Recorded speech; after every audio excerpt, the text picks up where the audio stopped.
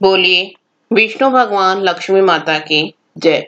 मैं आप सभी को ये बताना चाहती हूँ कि हमारे दो चैनल और भी हैं। मधुर भजन और आरती के लिए मन राखिए और डेली जनरल नॉलेज के क्वेश्चंस के लिए लर्निंग बाय डूइंग। इन दोनों के लिंक डिस्क्रिप्शन बॉक्स में दे दिए हैं, एक बार आप जाकर देखिएगा जरूर।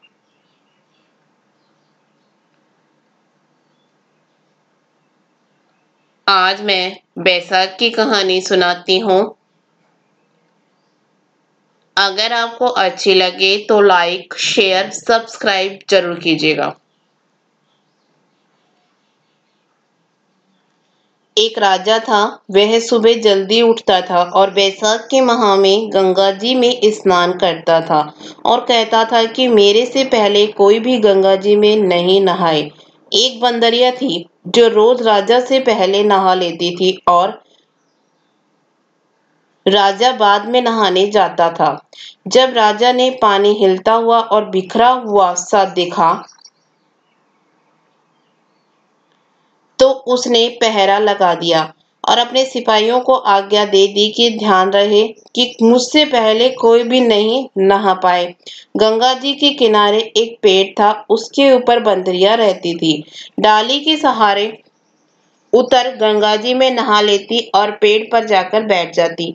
बैसाख पूरा हो गया। उसे एक दिन सिपाही ने देख लिया। उसने देखा कि जब अंधेरे में उन्हें कुछ भी नहीं दिखता और उन्हें नींद आती जाती है तो वह बंदरिया उस गंगा जी में नहाती है। सिपाही उसको पकड़कर राजा के पास ले गया और कहा कि यह बंदरिया आपसे पहले नहाती है। राजा ने प्रण किया हुआ था कि यदि कोई औरत मेरे से पहले नहाती होगी तो मैं उसके साथ विवाह कर लूंगा। राजा ने अपना प्रण पूरा करते हुए बंदरिया से विवाह संपन्न किया। बैसाख में नहाने से बंदरिया के बच्चे होने की आशा हो गई। पूरे महीने हो गए। जब बंदरिया ने पूछा कि मेरे बच्चा होगा तब मैं कैसे जगाऊंगी। यह सुनकर राजा ने महल में एक घंटी बंधवा दी और कहा कि जब तेरे दर्द हो तब यह घंटी हिला दियो, फिर मैं आकर सारा इंतजाम कर दूंगा।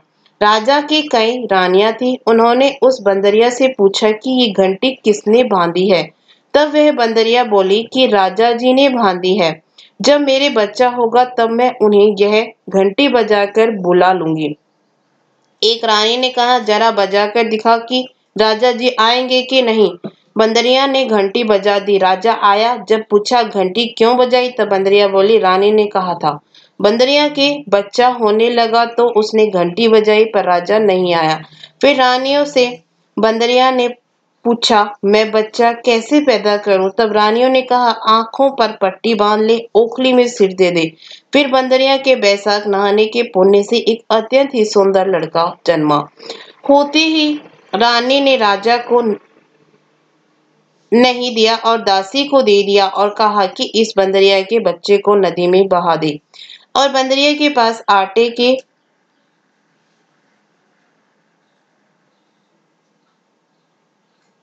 खून में लपेट कर रख दे। राजा ने आकर पूछा कि क्या बच्चा हुआ है। तब रानी ने कहा बच्चा नहीं हुआ, ये ईंट पत्थर हुआ है। फिर राजा ने संतोष कर लिया कि रानियों के बच्चा नहीं होता, इसलिए इसके भी नहीं हुआ होगा। उधर दासी बच्चे को फेंकने गई तो उससे बच्चे को नदी में फेंका नहीं गया। फिर उसने एक कुम्हार मिट्टी के बर्तन बना रहा था, उसके अंदर रख आई।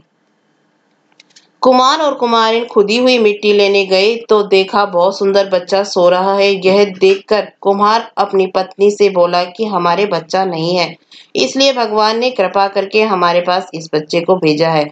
यदि तू इसको पाल ले तो अपने साथ इसे अपने घर ले चले। कुमारिन बोली क्यों नहीं, जरूर ले चलेंगे। भगवान ने तो मेरी गोद भर दी, हमारी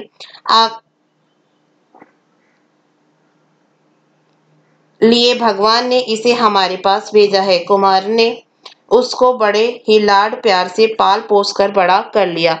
कुछ ही समय के बाद उस लड़के को सारी बात का पता चल गया था कि मैं बंदरिया का बच्चा हूँ और रानियों ने मुझे मारने के लिए दासी को दे दिया था। कुएं पर दासियां पानी भरने के लिए आई तो वह दासियों को देखकर बोला कि मेरा मिट्टी का हाथी घोड़ा पानी पी लेगा। तब दासियां बोली, अरे मूर्ख, कभी मिट्टी का हाथी घोड़ा भी पानी पीता है? लड़का बोला, मूर्ख, कहीं बंदरिया के भी ईंट पत्थर पैदा हुआ है? दासियों ने जाकर रानी से बोला कि एक कुम्हार का लड़का है, उसने हमें यह बात कही और घड़े पर कंकरी मारकर फोड़ दिया। तब रानी ने जहर का लड्डू बनाया और कहा कि यह लड्डू उस लड़के को जाकर खिलाओ। दूसरे दिन वे दासियां उस लड़के को वह लड्डू खिलाने गई तो भगवान ने उस लड्डू को गोंदगिरी का लड्डू बना दिया। अगले दिन दासियों ने आकर देखा कि वह मरा नहीं है और खेलता फिर रहा है। वह इस पर रानी रूठ कर सो गई। राजा ने आकर पूछा, रानी सो क्यों रही है? तब रानी ने जवाब दिया कि कुम्हार को अपनी बस्ती से निकाल दे। राजा ने कहा, ये क्यों कड़वा बोलती है? पर रानी ने जिद करके कुम्हार को निकलवा दिया। कुम्हार जंगल में रहने लगा। वहां पर वह लड़का बोला, पिताजी मेरे को 108 करवे और 108 गोले बना दो। वह ठंडे ठंडे घड़े भरकर बैठ गया। गणगौर के लिए मिट्टी लेने के लिए बहुत सारी लड़कियां आई। राजा की साहुकानियां भी आई और बगीचे में बैठकर खेलने लग गई। खेलते खेलते प्यास लग गई। ये लड़कियां उस लड़के से बोली कि हमें पानी पिला दे। वह लड़का बोला, मेरे पास ये गोलियां हैं, इन्हें खाती चली जाओ और मेरे पीछे फिरती जाओ। फिर कई लड़कियों ने कहा, मैं तेरी गोली नहीं खाऊंगी, हमें प्यास लग रही है, तू खा ले। फिर वह लड़की आगे आकर बैठ गई। लड़कियां एक एक करके गोली खाती गई और ठंडा पानी पिया और उसके चारों तरफ फिरने लगी। सब लड़कियों के पेट में गर्व रह गया। लड़कियां मिट्टी लेकर घर गई तो पीछे उनके बाप ने ब्याह का साया निकलवाया तो साया नहीं निकला, पर उसने कहा इनका ब्याह तो हो जाना चाहिए।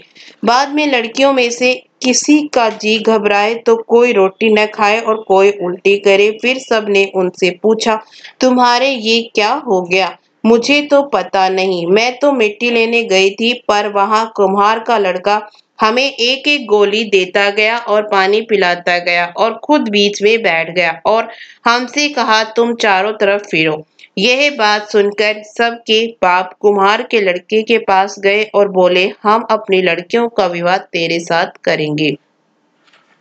उसने सबसे 7 फेरे लिए। कुम्हार बोला, आप बड़े आदमी हो, राजा रानी हो, मेरा बेटा ऐसा क्यों करेगा? पर सब कोई उसके साथ अपनी लड़की का विवाह कर गए। बहुत सारी धन दौलत देकर अपनी लड़कियों को विदा कर दिया और इस तरह 108 बहुएं आ गई। फिर सबके लड़के भी हो गए और 108 कमरे बना दिए। सब बहुओं के लिए भी कमरे बना दिए। फिर लड़के ने कहा कि पिताजी, हम सारे नगर में दावत बुलवा देंगे। आपकी इतनी बहुएं आई हैं, इतने पोते हो गए। कुम्हार ने कहा, जिमा दो। तब सारी नगरी और राजा रानी को बुलवा भेज दिया। सभी निमंत्रण पर आमंत्रित हुए और राजा का परिवार भी सेना सहित आमंत्रित हुआ। लड़के ने कहा, हे राजन, आप बंदरिया को नहीं लाए? राजा ने कहा, तुम कहते हो तो बंदरिया को भी बुला लेते हैं। राजा ने बंदरिया को बुलाने के लिए रथ पालकी को सजाकर भिजवा दिया। वहां पर सारी सभा के बीच सोने की चौकी पर सुंदर गद्दी बिछवा दी। फिर बंदरिया आई तो गद्दी के ऊपर बैठा दिया और 108 बहुओं से कह दिया कि ये बंदरिया मेरी जन्म देने वाली माँ है और सब कोई सोने की मोहर देकर गोद में पोते देती जाओ। फिर सब बहुएं आई और सोने की मोहर देकर पैर छूकर गोद में पोते देती गई। बंदरिया सबको आशीर्वाद देती गई। राजा की रानियां समझ गई और राजा से कहा, ये हमें बुलाकर हमारा अपमान कर रहे हैं, इसलिए हम जा रहे हैं। फिर राजा भी लड़कर बोला कि हे भाई, तू बंदरिया का इतना स्वागत क्यों कर रहा है? लड़का बोला, यह बंदरिया मेरी जन्म की माँ है।